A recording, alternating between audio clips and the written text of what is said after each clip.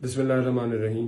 मैं पाकिस्तान तहरीक इंसाफ और चेयरमैन इमरान खान का नामजद करदा उम्मीदवार NA 101 आपसे मुखातिब हूँ। जैसे कि आप जानते हैं कि कल के 8 फरवरी के इलेक्शन में इमरान खान के इस कारकुन ने, पाकिस्तान तहरीक इंसाफ के इस कारकुन ने नून लीग को हल्का NA 101 में एक तारीखी शिकस्त दी है।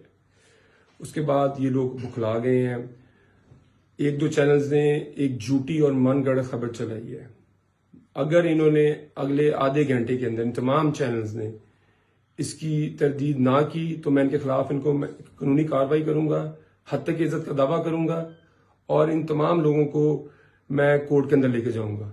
मैं दोबारा रिपीट कर रहा हूं, जो झूठी खबर ये सारे चैनल चला रहे हैं, इन चैनल ने अगर आधे घंटे के अंदर माजरत और तरदीदी खबर ना चलाई तो मैं इनको कोर्ट में लेके जाऊंगा और हद तक इज्जत का दावा करूंगा इनके खिलाफ। और मैं अपने हल्के के अवाम और तमाम अपने वर्करों और तमाम कारकुनों को ये बताना चाहता हूँ कि मैं 17 साल से इमरान खान के साथ हूँ, मैं इमरान खान के साथ हूँ और मैं इमरान खान के साथ हमेशा रहूंगा।